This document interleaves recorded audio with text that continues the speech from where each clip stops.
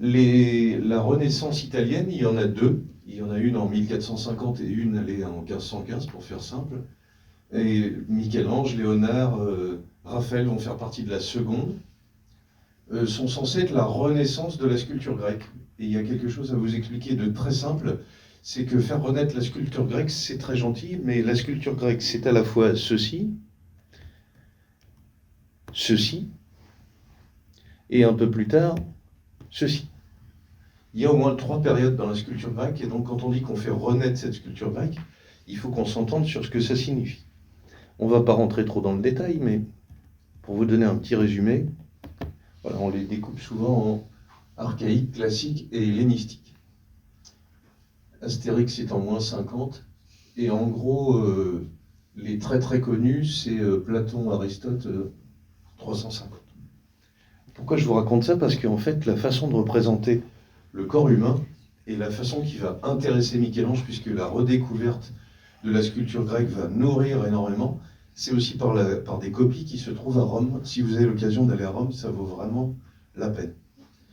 Soit dit en passant, on a vu Florence, et comme je file des tips pas chers, on a vu un musée de la sculpture qui s'appelle le Bargello, qu'on n'a pas souvent l'idée d'aller visiter, c'est dommage. La sculpture grecque est plutôt, quand on l'est classée, on va dire, archaïque. Elle ressemble à des petites sculptures de ce type-là. Ça s'appelle des idoles cloches. Elles étaient suspendues apparemment dans les arbres et leurs pieds peuvent bouger. C'est une terre cuite. Donc, vous voyez, la représentation du corps humain est assez simplifiée. Si on remonte en amont, présentation du corps humain, vous voyez, je suis en 2490 avant notre ère. Ce qui change tout, c'est que quand on fait la sculpture, on évite de la matière, et vous avez compris que si on le casse trop, on ne peut pas le recoller. Donc il faut y aller doucement. Il est donc plus facile de représenter le corps avec les pieds à peine décalés les uns par rapport aux autres. Moins il y a de vide, plus c'est simple à représenter. Je rappelle, pour dire des choses tout à fait banales, que ça tient verticalement et qu'il faut donc que ça soit équilibré. Parce que si vous voulez faire quelqu'un qui court ou qui saute, ça va poser des tas de questions. Vous devinez que c'est ce que va faire Michel-Ange, c'est-à-dire faire, et c'est ça qui va me servir de fil rouge, le plus représentatif, c'est un Bacchus ivre. Et je ne sais pas si vous avez déjà été, vous êtes jeune, mais ivre, ou en tout cas un peu étourdi quand on tourne sur soi-même, c'est justement le moment où la verticalité est plus très claire. Donc chez les Égyptiens, on a une représentation assez figée, comme une espèce de garde à vous, avec juste un pied qui s'avance l'un par rapport à l'autre. Et puis, ce qui va faire l'évolution de la sculpture grecque en 2 secondes, alors on a des choses qui sont, c'est de la Madone d'Auxerre au Louvre.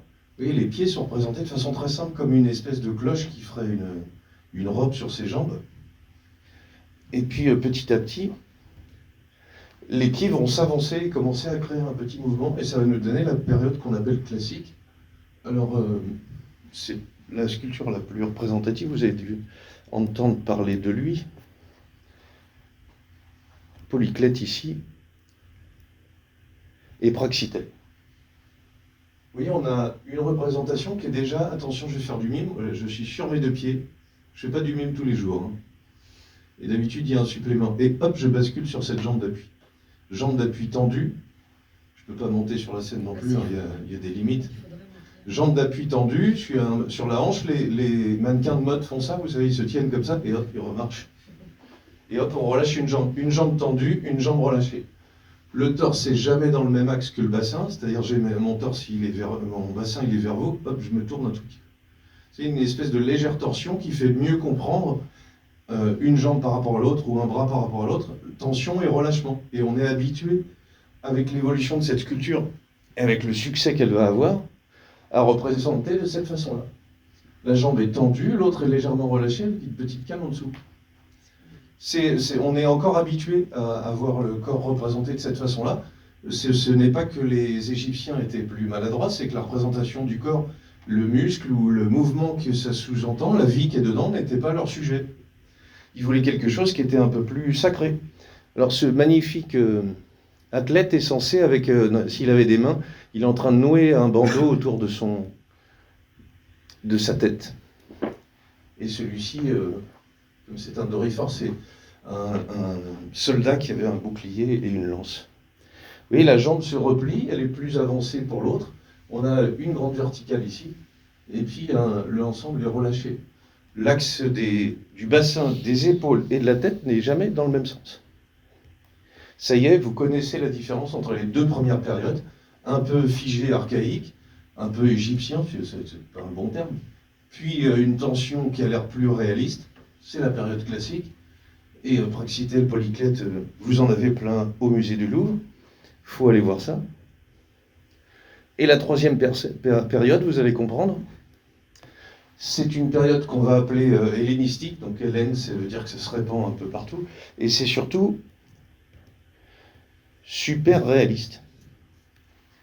Et pour ceux qui aiment l'art grec un peu classique, un peu décadent. Un peu trop de détails, oui. Dans le genre debout tonique, lui, il est plutôt en fin de soirée. Pareil pour la Samothrace, que tout le monde connaît puisqu'elle va même inspirer lointainement des dessus de voitures de bagnole. Voilà, tout est en tension, il y a sa jambe qui est avancée, elle est censée être sur une plage et face à la mer. Les ailes sont en arrière, mais l'axe de son bassin ou de ses épaules n'est pas dans le même angle. Et c'est un peu tourné, et puis il est plissé sur le corps. Le tissu accentue encore plus ça. Et puis ça qui est une merveille, parce qu'on oublie souvent, mais les sculptures étaient souvent en bronze et pas en marbre. On n'en a plus forcément de morceaux. On a des choses qui sont extrêmement réalistes. Donc si on commence un peu rapidement, notre histoire de Renaissance qui va consister à revisiter les Grecs, ben ça va dépendre du caractère de l'artiste et ça va dépendre de l'œuvre qu'il a sous la main. Et Michel-Ange, il redécouvre ça. Alors évidemment, il est tenté par la torsion. C'est-à-dire parce qu'ici, on a le monsieur Laocoon et ses deux fils qui sont surpris par un serpent géant qui les entortille vivants et les tue. Et je ne sais pas si ça vous arrive souvent, mais ça m'a l'air pas très agréable. Et si on le dit d'une autre façon, c'est assez compliqué avec des mots d'expliquer des formes. Hein, donc je fais des comparaisons alimentaires ou des choses comme ça. Vous voyez, le corps de Laocoon est en forme de X, mais ça fait une diagonale de son bras à sa jambe d'appui. Et puis il se tord dans l'autre sens le visage, qui est magnifique, hein, on dirait un masque. Mais un X qui a l'air un peu dans l'espace, c'est-à-dire... Attendez, deuxième mime, mais vraiment c'est parce que monsieur est sympathique. Je fais le X, je ne peux pas parler en même temps. Mais en même temps, ce bras-là, s'il est dans ce sens-là, c'est un peu comme si, ne vous méprenez pas, mais la forme géométrique, il n'y a pas d'autre mot que svastika, vous voyez, comme une croix gammée, mais dans l'espace, c'est-à-dire comme si le bras cassé était vers vous et que ma jambe fasse un truc comme ça, vous voyez. Une sorte de croix, mais dans l'espace devant ou derrière. C'est-à-dire que le bras est rejeté vers l'avant, alors que son genou est vers nous, et l'autre vers l'arrière, et l'autre vers l'arrière, et l'autre vers l'arrière. Ce qui fait que le mouvement, il n'est plus du tout vertical et tenu sur une jambe, il est en torsion continue. Ça va marquer Michel-Ange pour très très longtemps, et nous aussi bientôt. Petit résumé de ce qu'est maintenant la Renaissance. Les premières sculptures, on est en 1300.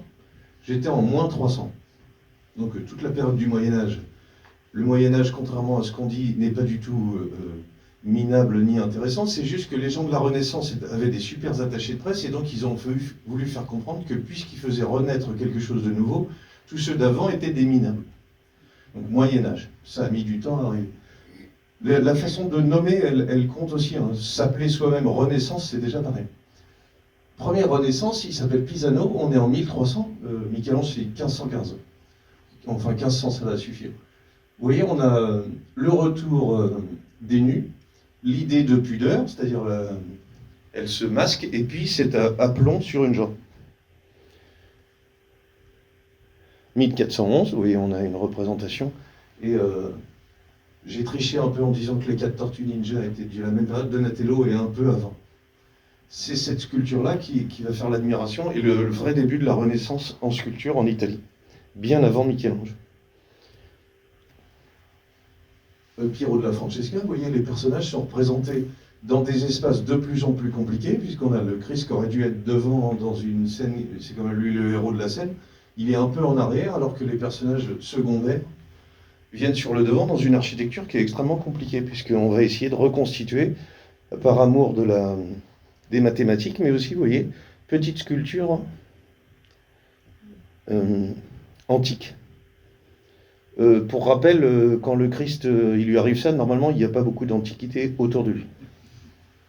Et puis la Renaissance, la première qu'on connaît, qui va anticiper Raphaël, Léonard et Michel-Ange, c'est une renaissance de sculpture antique, donc la Vénus, une déesse de la beauté, qui apparaît dans l'écume, donc telle une coquille Saint-Jacques. Sortant de l'écume, elle est tellement belle que l'écume, ce sont ses cheveux, elle va apparaître devant nous. Mais si vous regardez bien, de proportion, de construction du corps, c'est pas complètement précis. C'est pas le sujet vraiment. C'est plutôt le rythme des lignes et puis l'ondulation, on va dire, la musique un peu de... Vous voyez, tout le corps est un peu comme une parenthèse qui est accentuée par les personnages qui sont autour et qui l'encadrent. Mais le sujet n'est pas d'être hyper réaliste, le sujet c'est d'être mélodieux. De montrer cette posture qu'on retrouve dans des sculptures antiques. Donc ils ont trouvé des sculptures antiques et puis le peintre va retraduire à sa façon. Déjà on passe d'une sculpture à une peinture, ce geste de pudeur, c'est-à-dire se cacher quand on est tout nu. Pour finir sur mon introduction de Renaissance, il y a un tout petit défaut dans le film, c'est qu'on ne parle pas tellement de Léonard qui est vraiment le concurrent principal de Michel-Ange, mais déjà, je vous dis, moi je trouve ça, il est vraiment très chouette ce film, parce qu'on voit de l'architecture, mais on ne voit jamais. On y cite de la poésie, ce qui est quand même pas fréquent. Alors, on a des intervenants qui exagèrent, je trouve, un peu le côté torturé de Michel-Ange, c'était quand même le cas, puisqu'il lui arrivait quand même des tas de choses. Et puis cette période politique, elle est très compliquée. Un coup, il est ami avec le pape, un coup, il l'est plus. Il y a 4 papes. Il vit 88 ans quand même, c'est le temps de faire une œuvre importante. On ne voit pas beaucoup cette concurrence avec Léonard, c'est-à-dire ils ont des emprunts l'un pour l'autre, et on a du mal encore à savoir de quelle manière ils sont concurrents, ce qui est avéré, c'est-à-dire ils se mettent des bâtons dans les roues mutuellement, mais aussi de quelle façon ils s'empruntent des choses. Et je voulais vous montrer pour finir que cette renaissance, elle se symbolise d'une façon intéressante chez Léonard ici, et puis Raphaël juste après, avant que je vous montre du Michel-Ange, c'est dans leur façon de gérer le pas fini. Ça, c'est une œuvre qui va faire connaître énormément Léonard, bien avant les deux qui sont plus jeunes.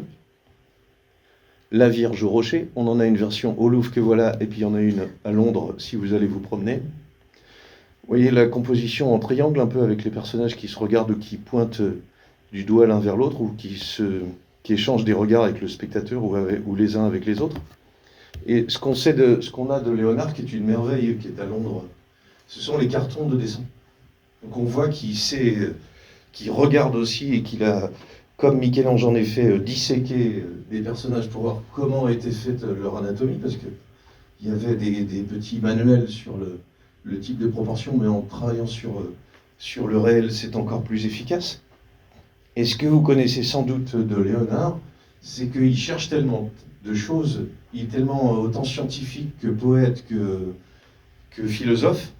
On voit, si vous avez l'occasion, il y a un merveilleux livre de Daniel Arras sur Léonard, qui était un petit chef-d'œuvre, où il raconte qu'en fait cette recherche, c'est continuellement ce qui est dans le cerveau de Léonard, et c'est ce qui fait qu'il ne termine jamais. Il ne termine pas parce qu'il a toujours un truc sur le feu. Alors ce qui est passionnant pour nous, parce que nous on est 5 siècles après, c'est que ça c'est très beau, mais ça c'est très beau aussi. C'est presque plus beau. Enfin, vous allez me dire, ça se discute, mais le carton couleur brune à l'encre et au pinceau, puis rehaut de craie, sur un carton qui est un peu beige, taille réelle, hein, puisque ça va servir de carton, donc il peut être piqué un peu pour pouvoir le recopier, fait qu'on a l'idée de ce que voulait faire l'artiste avant de peindre, avant de réaliser. Et ça, c'est un goût qui est moderne en fait pour nous, c'est-à-dire que, je le dis d'une façon rigolote souvent, on finit par préférer regarder le making-of du film que le film. Et comme on est dans un cinéma et que le projectionniste est dans le fond, on peut dire que des fois, le making-of est meilleur que le film. On ne peut pas dire que ça arrive souvent, en tout cas pas dans ce cinéma-là, évidemment. Personne n'oserait dire une chose comme ça. Ce qui veut dire que le goût moderne qui commence avec cette renaissance, c'est que la recherche devient aussi importante que la réalisation. C'est-à-dire qu'est-ce qu'il a dans la tête, quelle conception il a de l'ensemble. C'est pour ça qu'il C'est pas un jeu de mots, le mot va être employé de deux façons. Le dessin IN, le gribouillage, ressemble au dessin EIN, c'est-à-dire ce qu'il a en tête avant de faire. Et les Anglais ne font pas de différence, ils appellent ça design les deux, c'est-à-dire le design c'est la conception de ce qu'on va faire et c'est en même temps l'écriture graphique. Donc quand on va, avec Vasari, l'auteur de 15 volumes sur les grandes vies des écrivains, hein, comme c'est précisé dans le documentaire, Michel-Ange est une célébrité de son vivant, c'est-à-dire il meurt en 65 et dès 1550 il y a un livre sur lui, fait par un de ses élèves qui s'appelle Condivi, et puis il y a celui qui l'admire le plus, qui s'appelle Vasari, qui va faire 15 tomes sur la vie des plus grands et illustres artistes. Je vous disais avant de commencer que cette renaissance, ça va être le début de la reconnaissance de la personnalité des artistes, de leur style, de leur signature, c'est le début du fait qu'on écrive en bas des tableaux le nom, et puis que cette main qu'il a faite, cette manière soit particulièrement reconnue, et qu'elle ait de la valeur et qu'elle coûte cher. Donc Vasari, en plus d'écrire les premières biographies d'artistes, ça n'existait pas avant parce que pendant longtemps, je vous dis, quand on est artisan, on livre un produit et puis peu importe qui l'a fait, on regarde le résultat. Là, on va non seulement s'intéresser à sa vie, à sa formation, à comment il a fait, mais en plus, on va commencer, lui le plus, à collectionner des dessins. Parce que le dessin, c'est la vraie main en direct de l'auteur. Encore plus que la peinture fine. Et c'est ce qui fait que Léonard peut se permettre de ne pas finir. Parce que c'est aussi intéressant que si c'était fini. Alors le premier de notre série, c'est que Léonard ne finit pas parce qu'il est toujours en train de chercher autre chose. J'en profite pour montrer, parce qu'on dit toujours, on cite toujours les trois mêmes, mais le quatrième qui vaudrait le podium, c'est Dürer, qui est le plus grand artiste de la Renaissance en Allemagne, et qui va venir à Venise 2 fois. Et donc il va avoir référence de l'un à l'autre. D'ailleurs, c'est cité à un moment donné la représentation de la Pietà, vous savez, le corps du Christ mort sur les genoux de sa mère, qui est un chef-d'œuvre bouleversant. À 30 ans, il a déjà fait 2 chefs-d'œuvre de l'histoire de l'art. Vient d'Allemagne, en fait, cette représentation du corps, un peu, si on le dit d'une façon sentimentale, mais le Christ est mort à 33 ans et il est sur les genoux de sa mère comme si c'était un bébé. C'est ce télescopage de deux vocabulaires qui fait que c'est extrêmement touchant. Voilà, Dürer dessine aussi un livre de proportion, il s'intéresse aussi au corps humain, qui va modéliser, comme c'est le cas pour beaucoup d'artistes de la Renaissance, mais ce qui est particulier avec Dürer en plus, c'est que lui, il ne sait pas que ça ne va pas être fini, c'est qu'il va fabriquer des gravures qui vont se multiplier, qui vont se répandre dans toute l'Europe. Parce que c'est aussi ça qui fait cette première et deuxième Renaissance, c'est les moyens de connaissance de l'ensemble des artistes les uns par rapport aux autres. Leur réputation. Voilà, les études de Léonard nous amènent au chef-d'œuvre du travail temporaire. Ça existe encore? Non, c'est fermé, Manpower, ça n'existe plus. Une représentation, on dit l'homme de Vitruve, c'est-à-dire la modélisation, vous le savez peut-être, mais quand vos bras sont grands ouverts, je ne peux pas tout mimer, hein, essayez d'imaginer. La distance entre vos deux doigts fait votre taille. Donc si je fais 1m80 debout, et mes bras écartés comme ça font 1m80. Et donc je rentre dans un carré. Modélisation par des chiffres de choses qui sont dans la vie réelle, qui fait que les Grecs étaient fascinés par les calculs et que les artistes renaissants vont tenter continuellement de retrouver ce système de calcul et de compréhension du monde. Léonard étudie le corps humain, et puis Daniel Arras le dit dans son livre, on a des autoportraits de Léonard avec des barbes, en fait c'est pas sa tête parce qu'il a souvent 60 ans et qu'il a une tête de 75 000 ans. Par contre, ce qui va avec tout ce que je vous raconte, c'est que l'artiste devient une sorte de philosophe, il a une grande barbe. Quand on a une grande barbe, c'est qu'on a beaucoup pensé, qu'on a beaucoup réfléchi. C'est le conseil de beauté que je peux donner aux filles pour se donner un peu de force. Et ce que ce dessin montre très bien, qui est dans le livre de Daniel Arras, c'est que Léonard est fasciné par les tourbillons. Ce sont des dessins, il plante un bâton dans l'eau et il essaye de dessiner ce qu'il voit.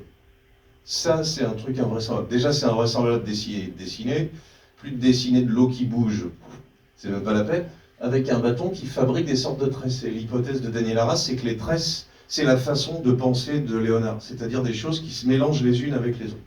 Donc, qui ne s'arrêtent jamais. Conclusion de cette deuxième partie, chez Léonard, c'est inachevé parce qu'on n'arrête jamais de chercher. Le deuxième de la série, j'irai plus vite, s'appelle Raphaël, et bien qu'il soit plus jeune et qu'il meure à 37 ans, donc avant que Michel-Ange ne continue sa carrière, il va être beaucoup plus célèbre, et là je ne suis pas tout à fait d'accord avec le film, c'est l'artiste le plus célèbre de toute la Renaissance, par sa jeunesse et puis par sa capacité à le diffuser un peu partout. Il fait cette fresque immense au Vatican. Il y a un peu la queue pour aller au Vatican, c'est 1 heure et demie d'attente, mais ça vaut le coup de le faire une fois dans sa vie. Parce qu'on y voit cette école d'Athènes qui montre Platon et Aristote, vous voyez, en plein milieu, entourés de plein de gens philosophes de toutes les époques grecques. C'est-à-dire il fait un portrait de tous les Grecs, philosophes les uns avec les autres, Lucrèce, Épicure, et avec à chaque fois, on suppose même ici que ce serait Michel-Ange que Raphaël aurait représenté, et notamment tout seul dans son coin parce qu'il pouvait supporter personne. Le travail de Raphaël, lui, n'est jamais inachevé. Pourquoi? Parce que Raphaël va avoir un génie particulier à la Renaissance qui ressemble à notre époque. À la façon de Walt Disney, il va créer un atelier dans lequel il va fabriquer des modèles et il aura des assistants, beaucoup, qui vont tout faire à sa place. C'est-à-dire, il fait un dessin préalable, il y a quelqu'un qui peut le réaliser, beaucoup d'ateliers sont comme ça, enfin Michel-Ange et Léonard, pas du tout, puisqu'ils sont très solitaires, on va dire. Et donc vous pouvez commander, ça coûte tant si c'est le dessin fait à la main, si c'est fini par l'artiste, ça coûte plus, mais c'est un peu, je compare avec Walt Disney, parce qu'on s'en fout que ce soit Walt Disney qui dessine Mickey. Il a trouvé l'idée, le concept, on va dire, ou le design, et puis après, il y a des assistants qui fabriquent Mickey. C'est pas très important que ce soit fait de sa main.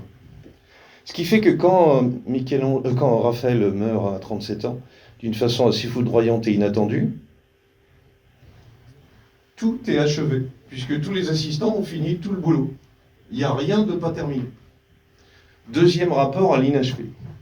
J'en profite quand même parce que c'est une de mes spécialités, le Raphaël, pour vous montrer des dessins et pour vous montrer à la fois qu'il est très doué et qu'il est quand même assez influencé par Michel-Ange, notamment ce petit dessin de Saint-Matthieu qui est une copie d'un dessin de Michel-Ange, et merveille de la création artistique, un beau barbu en torsion deviendra une jolie jeune fille. Je vous le remets parce qu'on n'y croit jamais assez. Toc, c'est la posture qui est importante. Genoux en avant, jambes dressées, torsion des épaules et torsion de la tête sur le côté. Pouf, ça nous donnera Sainte Catherine, sans barbe. Donc la gestion des références antiques se retrouve chez Raphaël de la même façon, en piochant un peu partout, et on le voit, c'est encore plus indécent. Ça, c'est un Raphaël, et c'est quand même vachement piqué sur Michel. Ça ressemble pas à du Raphaël d'ailleurs, mais Raphaël va devenir extrêmement célèbre grâce à cet atelier qui va produire énormément. Produire à tel point, il va tellement penser ce qu'on pourrait considérer comme moderne pour nous. Il va fabriquer des dessins qui vont être transformés en carton et en tapisserie. Il a tout un process, on pourrait appeler ça comme ça aujourd'hui, qui fait qu'il a des sous-traitants. Il envoie un de ses assistants en Flandre pour suivre des tissages. Les tapisseries vont lui permettre, puisque l'œuvre peinte est unique, pas faire des copies sans fin, alors que des tapisseries, on peut en faire beaucoup. Raphaël, à une trentaine d'années, quand il vient à Rome, il a l'idée d'organiser tout le processus de construction, de diffusion, carton, tapisserie, fresque. Et c'est une grosse quantité de travail. Ce qui va le rendre célèbre dans toute l'Europe et dans le monde entier, puisqu'il suffit de se balader à Naples et que sur les bords de route, près d'une église encore aujourd'hui, on voit des petites gravures avec des madones de Raphaël. Et des mamas qui prient à côté. Alors on en vient à M. Michel-Ange, parce que Léonard ne finit pas puisqu'il est en ébullition continuelle, Raphaël, lui, finit tout puisque c'est pas lui qui finit, et que le processus est fait pour se diffuser. Michel-Ange, il va jamais finir, et c'est ça son style. C'est ça qui est un peu particulier dans ce qu'il fait, c'est-à-dire qu'il est un peu partout à la fois en ayant plusieurs projets et en ayant des ambitions démesurées. La fin du documentaire le montre, hein. Il a 70 ans, il prévoit de faire 24 statues colossales. Si vous avez l'occasion, n'hésitez pas à regarder juste l'article sur Wikipédia. Alors, il fait une 60aine de pages. Mais il a l'idée de sculpter un colosse dans une montagne réelle. C'est-à-dire de faire un truc qui serait comme le colosse de Rhodes, un truc qu'on verrait depuis la mer, quoi. Il a vraiment l'idée jusqu'au bout d'une ambition démesurée. Ça, c'est son œuvre de jeunesse qu'on a vue au tout début. Et ce que je voudrais vous montrer maintenant pour voir à quel point Michel-Ange est original, c'est de quelle façon cette idée de non fini va devenir non pas une marque parce qu'on reconnaît sa façon de faire, c'est qu'à l'intérieur de son travail, il y a toujours cette idée de déséquilibre ou de geste en cours de réalisation je vous parlais de contrepoint, de tension d'un côté puis de relâchement de l'autre côté. Donc quelque chose qui va toujours se commencer un petit peu et puis jamais tout à fait se terminer. Et c'est ce temps suspendu qui fait sa particularité. Vous voyez cette Madone qui a été sculptée de jeunesse qu'on a vue au début, elle est dans un relief très peu épais, mais vous voyez, elle est construite sur une diagonale avec cet escalier. On a la Madone avec le Christ qui met sa tête sous sa couverture pour téter son sein, mais on a déjà une oblique avec un escalier qui est extrêmement présent. Et on va voir que des obliques, il y en a tout le temps dans le travail de Michel-Ange. On a un petit dessin qu'il copie d'après un Giotto, d'après un peintre encore plus fameux que tous ceux que j'ai cités, mais de 2 siècles auparavant. Et vous voyez, quand il copie, il va s'intéresser à des personnages qui sont en train de faire quelque chose. Il fait des têtes grotesques, des personnages très expressifs.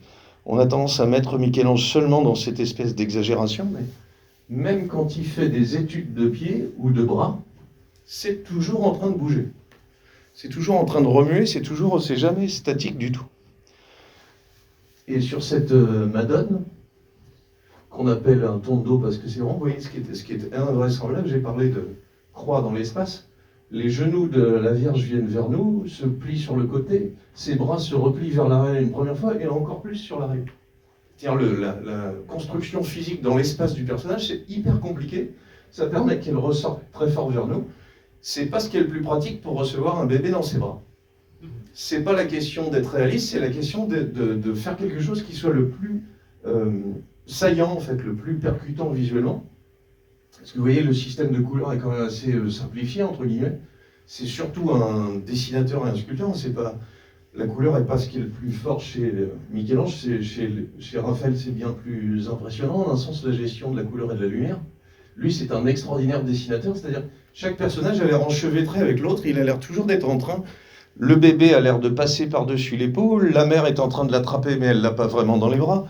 Et puis, les autres personnages ont l'air de continuellement se déplacer et bouger. À tel point que je vais vous montrer, en prenant des tas d'exemples dans tous les sens, que cette idée de mouvement interrompu ou en cours de se réaliser, ça fait un fil rouge sur tout le travail de Michel-Ange. Voilà Saint Paul qui vient tomber de cheval, parce qu'en fait, il a vu Dieu, donc quand ça vous arrivera, vous saurez qu'on tombe de cheval. Le cheval s'en va, on a Dieu qui lui envoie une espèce de signal, et il est déjà en train de se relever. Il est à la fois frappé, en train de se relever, oui, c'est pas rien que Dieu te frappe, et qu'en plus tu tombes de cheval, c'est un peu impressionnant. Il est à la fois tombé oxy KO, à la fois il est déjà en train de dire la suite. Cet entre-deux, ça va faire le travail de Michel-Ange continuellement. Et on va le voir avec des exemples très simples. Parce qu'il faut que ta bête se couche de bonne heure. Voilà, le petit dossier s'appelle contre-pied, contraposto, contrepoint. Celui-ci s'appelle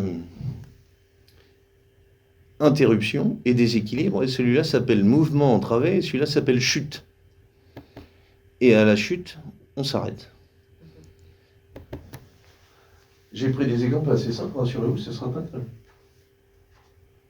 Voilà, le premier des 2 chefs-d'œuvre avant 30 ans, c'est un David, vous avez compris, si vous ne l'avez pas vu, Alors, c'est ce qui fait que venir ici, bon, je vous remercie de venir ici déjà, et M. Tabet vous remercie aussi, parce que c'est grâce à ça qu'il a des très beaux polos comme ça, c'est que quand vous irez le voir en vrai à Florence, c'est toujours un peu décevant, parce que tu es au niveau du pied. Bon, alors, l'avantage qu'on soit au niveau du pied, bon, tu as des études de pied magnifiques, hein, qu'on peut regarder en gros plan, c'est tout à fait impressionnant. Et que tous les gens qui sont devant, à la différence d'un mur de japonais devant la Joconde, ben, au moins tu vois la sculpture, mais par contre, c'est assez décevant pour ça. De la même façon, si vous voyez la Pietà qui est au Vatican, il y a un nombre de fous devant invraisemblable. Et encore plus terrible, préparez-vous psychologiquement, quand vous allez voir la Sixtine, c'est 10 minutes et tout le monde sort. Hein. Tu y crois à peine, tu te dis, mais ça, on vient à peine d'arriver. Donc le réalisme est impressionnant, Évidemment, ce qu'on a compris, ce que cette dame tout à fait passionnée montrait d'ailleurs dans la gestion de la carrière de Carrare, ce regard un peu passionné, vous voyez les bouclettes qui ont l'air un peu d'être en train de bouger, d'être décoiffées. Mais la première trouvaille géniale, c'est déjà que, normalement, lui, c'est le petit, hein, et il est face à un colosse. Et donc, comme vous êtes face à une sculpture qui est immense, on préfère pas imaginer qui était le mec qui était en face. C'est-à-dire, il donne une espèce de rôle puissant à quelqu'un qui était censé être un tout petit. Et à tel point que si on connaît pas trop l'histoire du David, on n'a pas l'idée que c'est une fronde, qu'il a un caillou dans la main. Il a l'air à la fois en train de poser, on dirait presque une pose d'atelier de peinture ou d'une sculpture grecque de Praxitèle. Il y a une petite branche derrière pour consolider, pour que ça tienne. Et on a caché à plein d'endroits des tas d'éléments de tension, puisque c'est ça que je voudrais montrer, c'est que ce qui a été évoqué, la main qui n'est pas tout à fait fermée, les veines qui sont sur le dessus, le caillou qui est dedans mais qu'on voit à peine. Voilà, la pression, vous voyez, sur les sourcils, il est en train de froncer les sourcils alors que le visage, les yeux sont assez calmes. Donc il va continuellement, ça c'est une astuce qui marche très bien. C'est très difficile à faire en vrai, mais on voit par exemple que la Vierge, avec le Christ sur ses genoux, a un visage calme. Si tu zoomes sur le visage de la Vierge, tu dis, on dirait une jeune femme très douce qui est en train de rêvasser. Et c'est le fait de mettre quelque chose de calme dans une situation très dramatique et très tragique qui va créer une espèce de tension continuelle. C'est ça qui fait le jeu du déséquilibre chez Michel-Ange et qui est son génie vraiment. Voilà ce qui fait que selon les angles, selon la lumière qui est dessus, on voit en effet qu'il a une espèce de visage passionné. Vous voyez, on a une petite barre d'inquiétude entre les deux yeux, qui est quand même pas rien,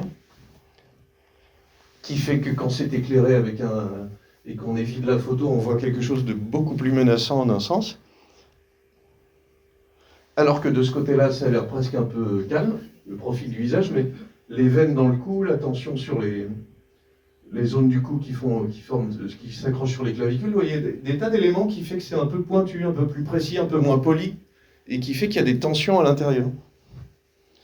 Et puis on a un petit dessin de juste avant, qui serait le croquis préalable, où vous voyez, il a la tête sur sa victime, il lui a mis une pile, puisque vous savez qu'il lui envoie un caillou et puis pouf, quand même le faire, mais vous voyez, il est en torsion beaucoup plus exagérée.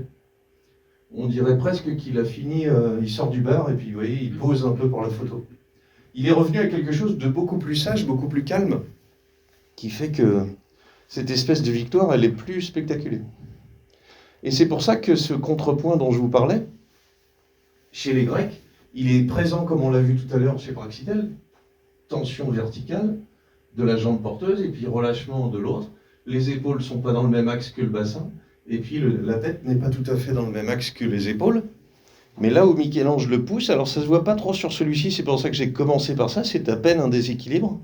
Ça se voit beaucoup plus sur son œuvre de jeunesse, qui est ce Bacchus bourré. C'est-à-dire que le documentaire insistait sur les yeux et puis l'espèce de folie qui est dans ses yeux, mais moi ce qui me semble intéressant, c'est que il a l'air vraiment pas très bien, hein, alors qu'il bouge pas. Qu'est-ce qui fait ça? On a la même tension, il est en appui sur sa jambe, mais si vous regardez bien, le sol n'est pas le même en haut et en bas. C'est-à-dire sa jambe est soulevée, mais elle est encore plus en hauteur.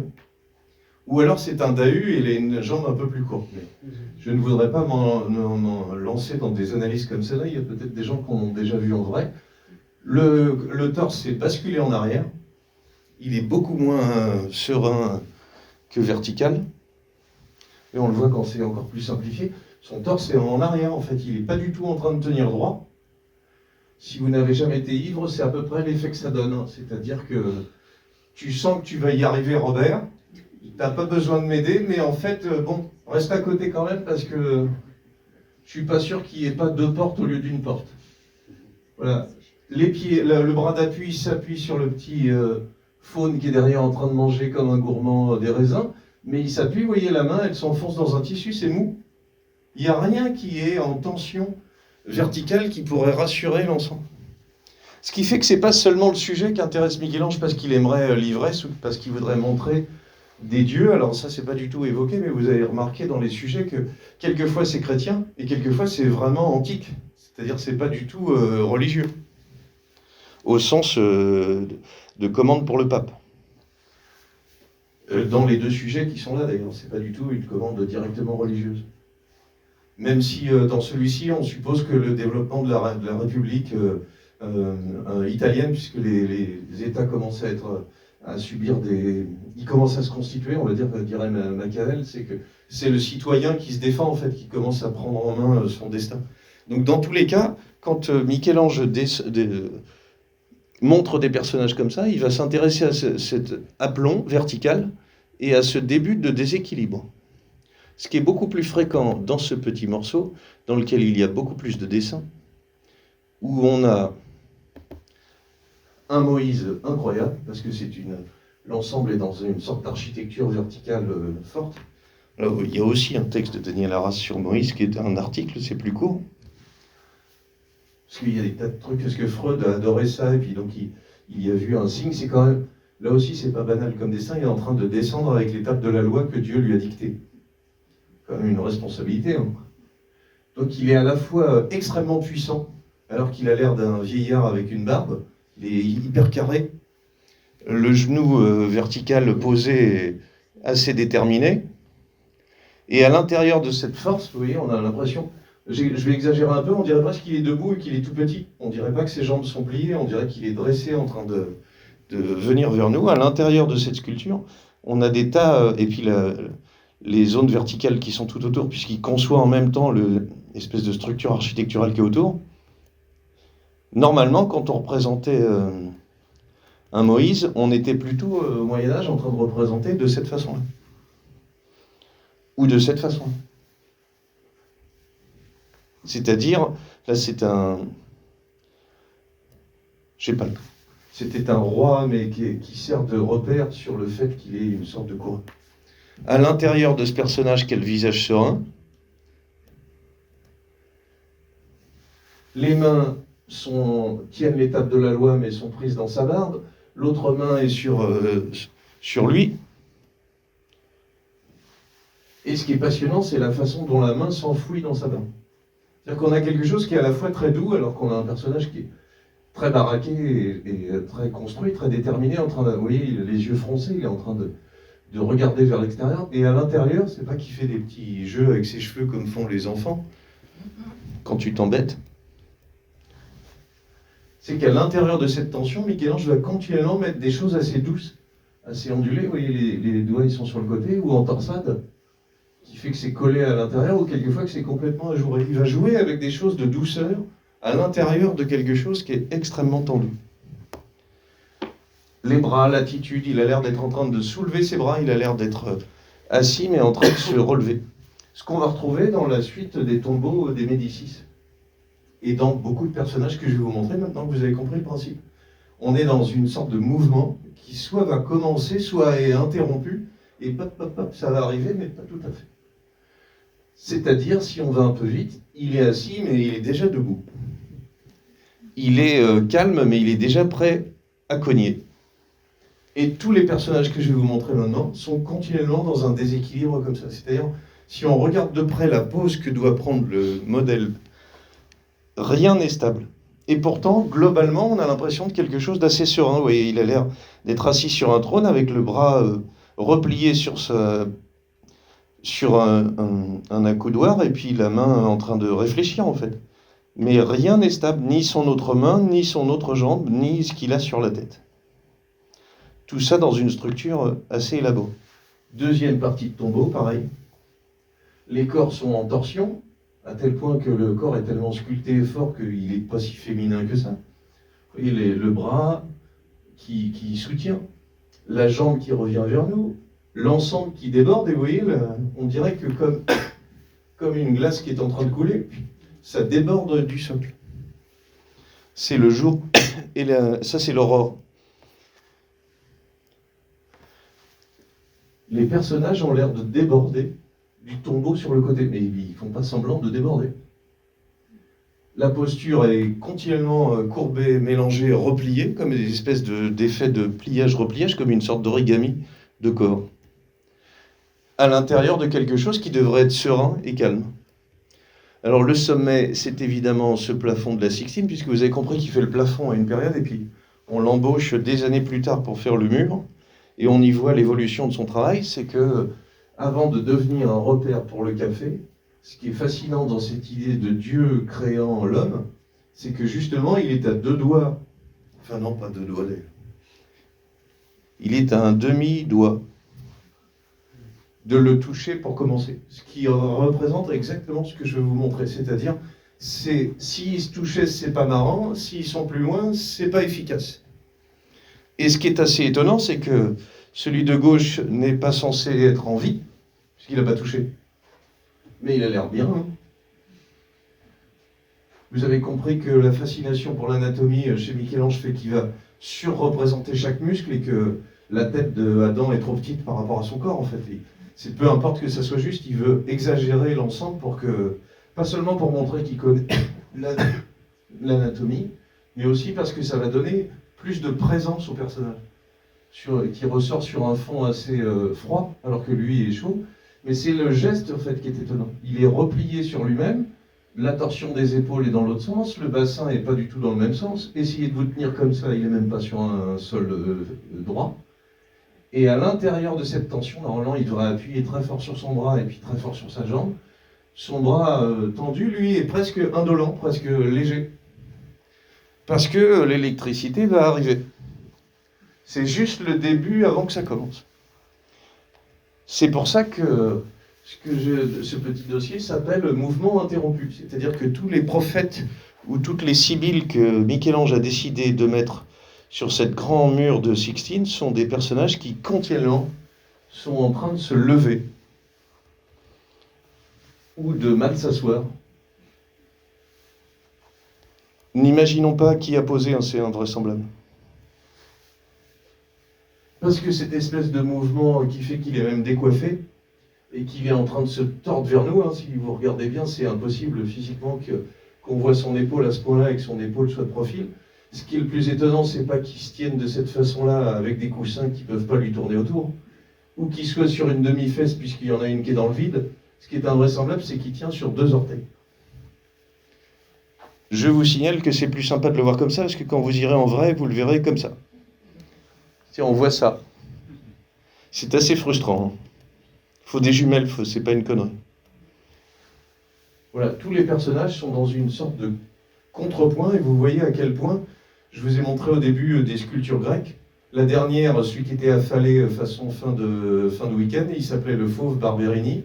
C'est vraiment plutôt ce genre de renaissance qu'on appelle hellénistique, ou plutôt le Laocoon, le personnage qui était entouré de serpents, qui va inspirer Michel-Ange. Ce ne serait pas du tout les références qu'on pourrait mettre à côté de Léonard. Et tout a l'air joyeux, tout a l'air fort en fait, avec des personnages qui sont continuellement en train de tirer sur quelque chose, s'avancer, repartir, mais ce qui est le plus étonnant, c'est que maintenant que vous avez compris que rien n'est synchrone, rien n'est stable, c'est surtout qu'on ne sait pas très bien vers où ils veulent aller. Étape supplémentaire, c'est-à-dire, est-ce qu'il est en train de s'asseoir ou est-ce qu'il est en train de se relever? Bon, la dernière fois que je me suis relevé comme ça, normalement, je suis resté à peu près bloqué 1 semaine. Voilà, rigoler, ça vous arrivera, il vous manque 10 ans encore. C'est ça. Mystère Italie. J'entends toujours des élèves qui disent « Je suis au lit avec Alain Bagot », je ne sais pas qui est ce bel Italien, mais enfin, tout le monde, comment fait-il? On a des torsions continuelles, on peut accélérer, puisque là, je crois que tout le monde a compris le principe. Je n'ai pas résisté, j'en ai mis plein. Vous voyez, même position de torse, même position du bras relevé. Hein. Et celle-là, elle est un peu plus indolente parce qu'il laisse tomber son bras entre ses 2 jambes alors que lui, il le replie. Mais si on devait même, ne serait-ce qu'avec une feuille de papier pliée pour qu'on comprenne dans quel sens c'est son squelette, c'est invraisemblable. Tous les personnages, si on va sur des choses un peu plus sereines, puisque ce sont des civils, c'est les personnages qu'il a ajoutés qui n'étaient pas prévus dans l'ensemble, non seulement sont instables en train de tenir des textes de loi, mais les petits, on dit un poutot, des poutis, c'est-à-dire les petits, c'est pas des anges, ils n'ont pas d'ailes, donc c'est des petits enfants qui sont quand même bien musclés pour leur âge, hein, ils doivent faire de la salle, sont en train de tenir le 2e livre, sont en train de le regarder, sont en train de se tenir l'un l'autre, Et les espèces de sculptures blanches qui sont autour ont l'air aussi vivantes que les poutilles sur le devant. C'est-à-dire ça fourmille de partout. Ça n'arrête pas de bouger.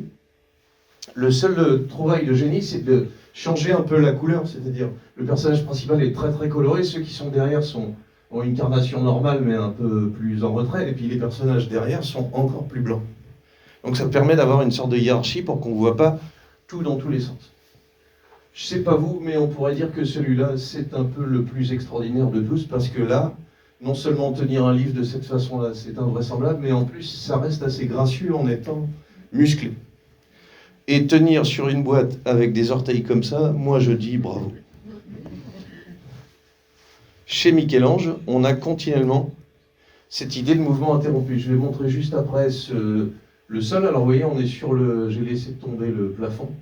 Et puis il va peindre quelques années plus tard ce mur dont il dit assez justement qu'on dirait un trou.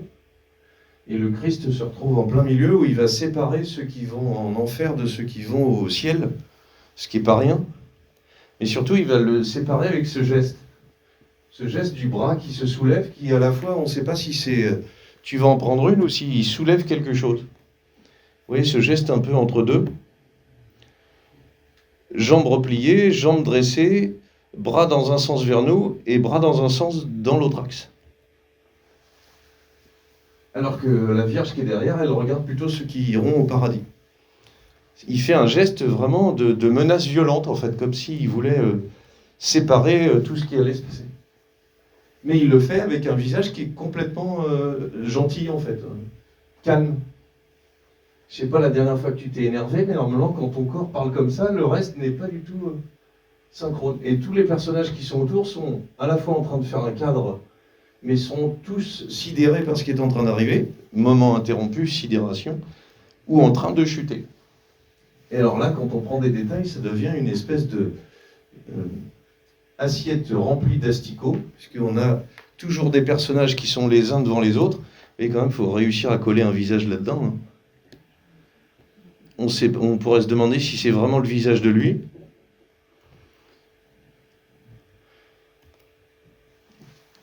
Quand on trouve des dessins, on y voit, vous voyez, la quantité de jambes qu'il a, cette passion de recherche pour le mouvement. Ou pour l'explosion, vous voyez, on a tout un tas de personnages qui sont en train de partir vers la droite, notamment un qui est complètement oblique, qui tire la croix, et cette idée de jaillissement qui est de l'autre côté. Bon, c'est la résurrection du Christ, donc évidemment, comme il est en train de ressurgir, c'est un peu normal qu'il y ait cette tension. Tous les dessins de Michel-Ange, ça vous donne une grille pour vous amuser à feuilleter sur Internet ou dans des bibliothèques. Vous voyez, on a du mal, mis à part la fascination pour le dessin, le trait, les valeurs, la représentation des muscles, on aurait du mal à savoir dans quelle posture est le modèle. Il pourrait presque être sur le dos, avec la jambe repliée, et s'il est debout, on a du mal à penser qu'il soit appuyé sur une de ses jambes. Il pourrait aussi tenir quelque chose dans ses bras et être suspendu, avec le pied qui touche à peine par terre. Voilà, tous les dessins de Michel-Ange montrent continuellement des personnages en train de mener une action interrompue. Oui, ils sont en tension les uns par rapport aux autres. Vous voyez, on ne voit pas ce qui est à gauche, mais on voit bien qu'ils sont en train de demander quelque chose. Et lui, encore plus, puisqu'il est en train de porter, comme la Madone tout à l'heure essayait d'attraper par l'arrière le Christ qu'on lui présentait.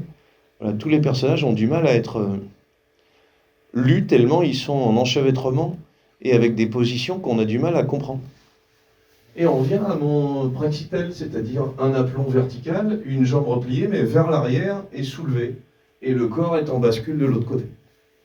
Et c'est ce qui fait que Michel-Ange, dans tout le long de sa carrière, va revaloriser cette renaissance, mais petit à petit, aller vers ce qu'on va appeler le baroque après, ou le maniérisme, c'est-à-dire des choses de plus en plus entraînées par le mouvement, de plus en plus tourbillonnantes, qui fait que ça fait un deuxième effet bizarre quand on est au Vatican, c'est qu'on ne sait plus où regarder. À la fois parce que tout est magnifique, mais à la fois parce que c'est une espèce de dissémination de graines dans tous les sens, avec des personnages qui font plein de choses dans tous les sens. On ne sait plus très bien où se repérer. Et comme vous êtes venu et que vous êtes sans doute amoureux de Michel-Ange, c'est le moment que je sois désagréable, dans l'école d'Athènes de Raphaël avec les philosophes, eh ben, c'est mieux composé. Il y avait Platon, Aristote au milieu, et puis des gens sur le côté, au moins on sait à peu près qui sont les rondes serviettes. Ici, on ne sait rien du tout. C'est le chaos continu. Il suffit de regarder que le ciel est bleu pour voir qu'il n'y a plus beaucoup de ciel. Il n'y a plus moyen de se repérer. Parce que ce qu'on retrouve de plus présent, et ça va nous faire une conclusion, parce que là il y a plus de dessins, donc c'est plus sympa à regarder facilement, c'est que la fascination pour la sculpture grecque du Laocoon de Michel-Ange, c'est ce mouvement interrompu. Sur le mur de la Sixtine, il n'a pas l'air très commode, mais c'est Charon, c'est-à-dire celui qui entraîne les morts dans leur barque. On met les corps morts dans la barque et puis il les emmène pour traverser le fleuve des enfers, donc c'est quand même pas quelqu'un qui est réputé pour être sympathique. Et il est en train de faire aussi ce mouvement, il n'est pas en train de ramer. Hein. Il est en train de surgir, en train de venir vers nous, il est en train de battre quelque chose, le tirer. Et tous les dessins de Michel-Ange sont continuellement des interruptions de mouvement. Dans l'espace d'une façon très compliquée, avec des musculatures qui sont très travaillées, mais vous voyez, avec cet orteil sur lequel il pose, ça lui pose question. Hein. Il y revient 3 fois. La torsion du corps, la position du visage et les pieds. Et même sur un petit nouveau-né qui devrait téter sa mère gentiment, il m'a l'air tellement affamé qu'il lui faudrait un peu de terre à laine. Ça, c'est une blague pour les plus vieux. On va faire Vex. Voilà, même quand on a des petits dessins avec des personnages, vous voyez, ils sont toujours avec des marchepieds, toujours en train d'escalader ou de descendre, ou toujours sur, vous voyez, un petit marchepied avec le bras replié sur un bâton pour le soutenir. Les études de mains, les études de bras, les études de jambes ont l'air d'être tout le temps en mouvement, alors que ce sont des corps qui posent ou des corps disséqués. Et le principe d'un corps disséqué, j'en ai pas fait, mais c'est pas de bouger. Oui, on a la représentation du corps, ce serait pas forcément le plus facile pour montrer les muscles du corps. Il y a une tension, de torsion, mais en plus il est en train de regarder vers le bas, avec des jambes qui ne sont pas aux mêmes hauteurs. Vous reconnaissez la posture de la Sibylle de tout à l'heure. Ce qui fait qu'on a parlé du rapport au corps des hommes ou des femmes chez Michel-Ange, évidemment, cette recherche des muscles et le fait de les surjouer font qu'on a du mal à leur donner un genre. Voilà, vous allez avoir du mal au début à voir ce que c'est, et quand on finit par voir que c'est une épaule avec un bras replié et une main qui s'ouvre, on comprend très bien que cette torsion ou cet intérêt pour le non fini, ça vient de son intérêt pour la recherche du mouvement. Et ce qui nous fait, avec un regard d'aujourd'hui, ça me permet de commencer à conclure, mais presque le vide dans la page est aussi beau que la tension du personnage, parce qu'il aurait dû le centrer, souvent on a laissé de l'espace parce qu'on se sert des feuilles à plusieurs exemplaires, mais le fait qu'il s'appuie sur presque rien, c'est aussi ça qui fait qu'il est en train de sortir de la page. Chez Michel-Ange, on reste jamais calme très longtemps. C'est pas qu'il ne finit pas parce qu'il sait pas, c'est pas parce qu'il a toujours des projets, c'est aussi parce que cette instabilité, ça m'a marqué quand je préparais ça, je me suis dit, là non plus, les crucifixions, on en voit plein dans toute l'histoire de l'art.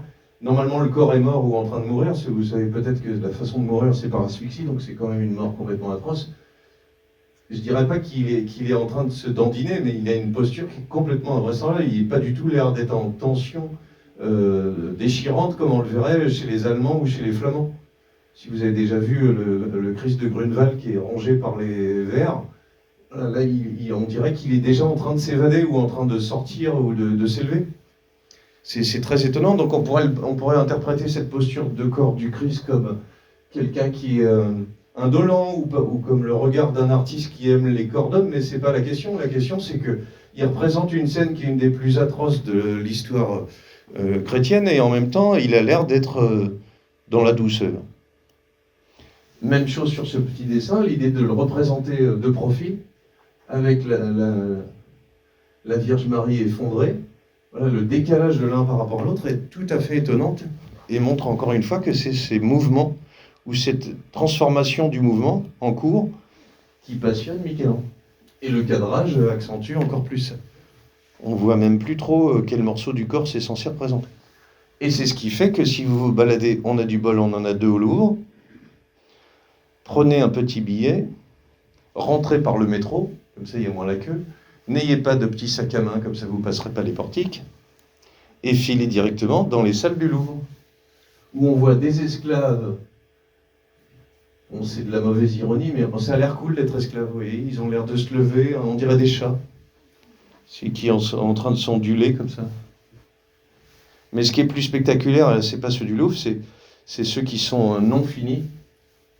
Et là aussi, le fait de ne pas finir donne quelque chose qui, pour notre regard moderne, parce que Rodin n'a pas pu dormir en voyant ça, et donc il a énormément fait ça, c'est-à-dire des morceaux de peau qui sont très polis, très finis, laissés à côté de choses où on voit qu'il a tapé avec les outils. Et de ce point de vue-là, le documentaire est très bien fait, parce que vous avez remarqué que taper dessus, ça prend énormément de temps.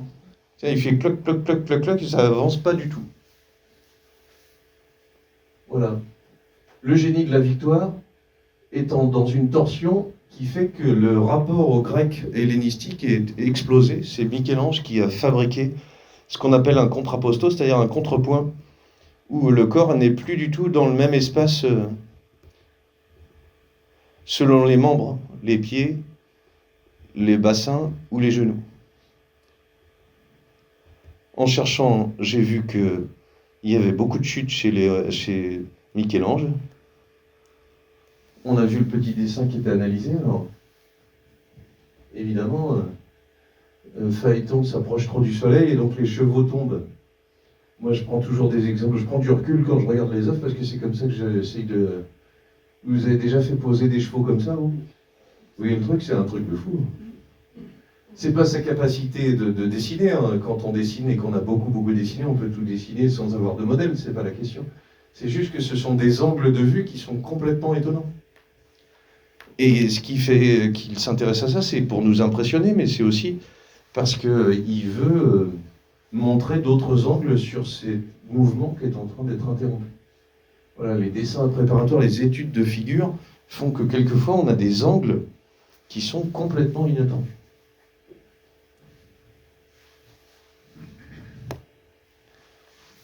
Et le dessin est magnifiquement analysé là. Titus qui lui aussi... Alors, les Grecs, on peut leur rendre hommage, mais vous voyez, quand ils ont un sens de la punition, ils font pas semblant. C'est-à-dire, t'es pas puni, tu es tué, tu renais 3 jours après, et puis voilà, non. T'as le foie qui est mangé tous les jours, et tous les jours il repousse.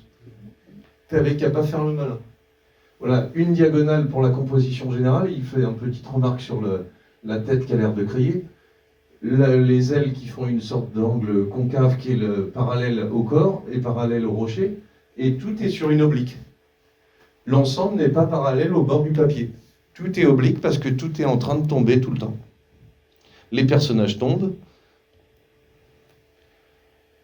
et ils tombent dans un espace qui est invraisemblable. Ils sont tous en train de tomber en oblique comme ça, pendant que la croix, elle est en oblique dans l'autre sens. À tel point que lui a son corps dans ce sens-là, pendant que l'autre a son corps dans l'autre sens, avec la tête par en dessous.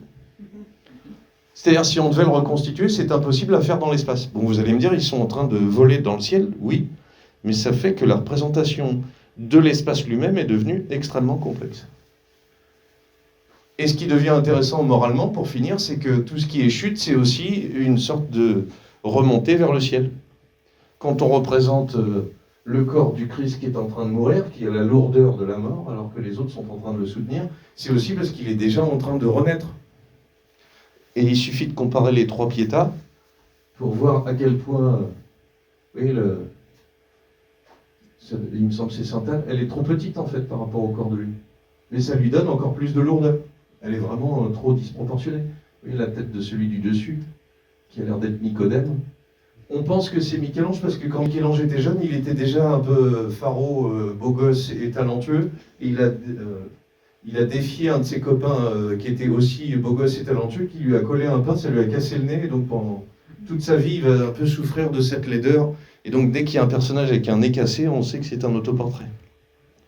Voilà, et même sur une Pietà non achevée, ou qui est vraiment brutale et qui a un graphisme qui ferait penser à des choses d'aujourd'hui, on a cette espèce de jeu de verticalité. Le corps du Christ était sur les genoux de sa mère sur la Pietà, et là maintenant, il est en train de tomber sur une forme de X dans l'espace, comme le Laocoon. Ce dessin est invraisemblable, c'est une décomposition de 3 mouvements. Alors ils disent 3 figures dans un mouvement violent, pour un peu résumer l'histoire. Alors la conclusion, c'est simple. C'est-à-dire que des gens qui chutent, ou des gens, vous voyez, il est en train de séparer le ciel et la terre et de faire jaillir la lumière, donc il est par en dessous, et il est en train non pas de tomber, mais de remonter. C'est le même mouvement, en fait, de monter ou de remonter ou de descendre. Les personnages qui sont tout autour font une espèce de cadre dans lequel on a du mal à comprendre où est la pesanteur, où est le sens du haut et le sens du bas. Et c'est ce qui fait que tout le génie du monsieur... Oui, c'est juste pour vous montrer, parce que on a déjà trop vu. La chapelle Sixtine avant, c'est comme ça. Et décorée comme ça. Vous voyez, c'est juste un ciel. Il va recouvrir plein d'éléments. Je vous les ai déjà montrés, on s'en lasse pas. La conclusion vraiment, c'est pourquoi est-ce qu'un seul escalier suffit à être le résumé de tout ça? C'est parce que rien n'est droit dans son escalier. Il y a un axe général, et le prendre en photo est assez compliqué. Ils disent qu'on dirait une espèce de coulée de lave. Vous voyez, les 3 marches finales ont l'air plus grandes avec un seuil plus large. Donc ça a l'air de venir vers nous. Mais il y a 2 escaliers sur les côtés. Mais oui, mais monsieur Michel-Ange, un seul escalier, ça suffit, on n'est pas si nombreux que ça. Pas la peine d'en faire des choses sur le côté. Mais si, parce qu'il n'y a rien qui est droit. Il y a un axe vertical, et puis il y a un axe qui va sur le côté et qui complète l'axe du vertical, qui le met en valeur, par des espèces de courbes qui viennent se raccrocher à l'escalier central. Et c'est pour ça que l'architecture de Michel-Ange, elle n'est pas si anodine que ça, elle fait partie de son travail de jeu d'intérêt pour l'équilibre et pour le déséquilibre. Je vous remercie.